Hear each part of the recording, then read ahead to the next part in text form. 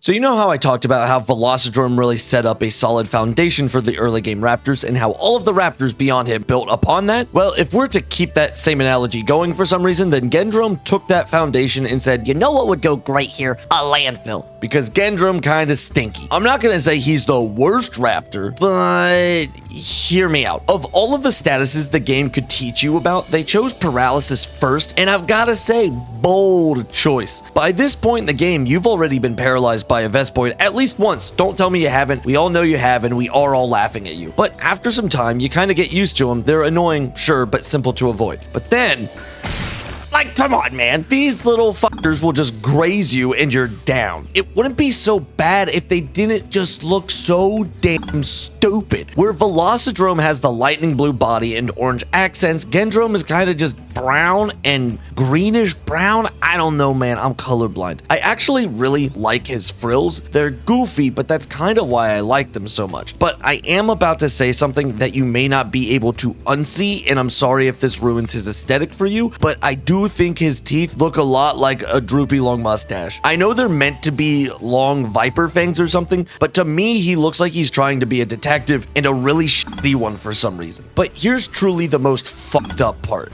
I kind of want to see him come back to the games. I know. I just think that they can make all of these early game Raptors fun, and I would love to see them all come back. This doesn't mean I want them to take up a third of the roster, but we need to reimagine Gendrome so that I can get paralyzed from off screen and then run over by a Diablos. You know what? On second thought, never mind. I wouldn't say Gendrome deserves an F. That's maybe a little too harsh and only for the truly horrid monsters, but he's definitely below Velocidrome, so I guess Gendrome gets an E for easily the most annoying Raptor.